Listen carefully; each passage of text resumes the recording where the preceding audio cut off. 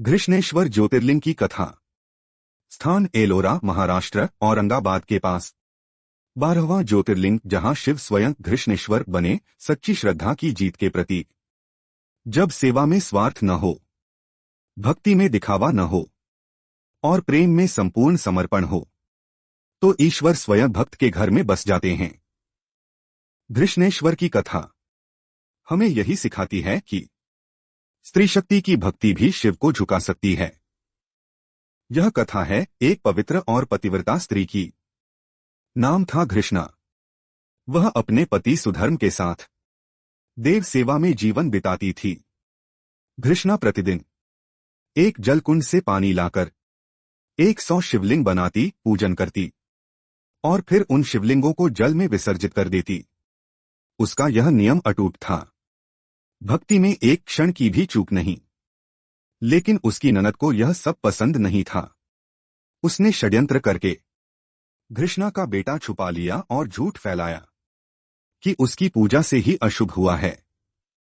सुधर्म भी पत्नी पर क्रोधित हो गया, परंतु घृष्णा की भक्ति में कोई कमी नहीं आई।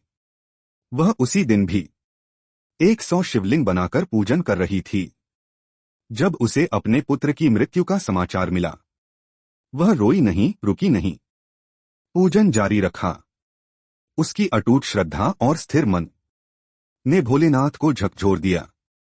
शिव स्वयं प्रकट हुए, उसका पुत्र जीवित कर दिया और बोले, हे घृष्णा, मैं तेरी भक्ति से प्रसन्न हूं।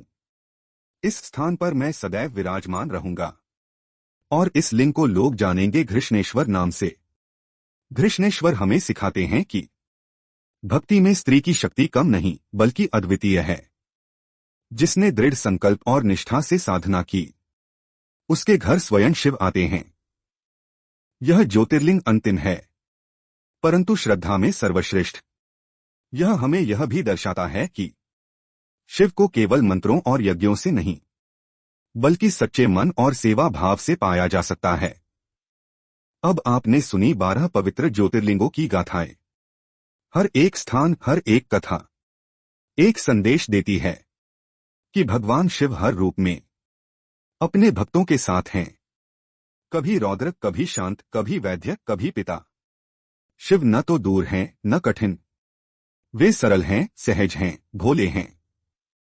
अगर मन में सच्चाई है, तो शिवलिंग में भी वो प्रकट हो जाते हैं। धन्यवाद दोस्तों। यह थी 12 पवित्र ज्योतिर्लिंग की अद्भुत और प्रेरणादायक कथाएं। हमें उम्मीद है कि आपको यह यात्रा भगवान शिव के विविध रूपों और उनकी भक्ति की महिमा के बारे में कुछ नया और रोचक जानने को मिला होगा।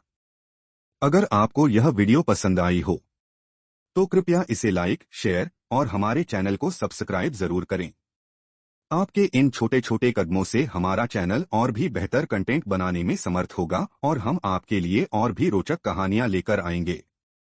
आपका सहयोग हमारे लिए अत्यंत महत्वपूर्ण है। तो चलिए मिलकर इस ज्ञान और भक्ति के प्रकाश को फैलाते हैं। जय भोलेनाथ। और हमसे जुड़े रहिए लेमन चिली क्रॉनिकल्स के साथ।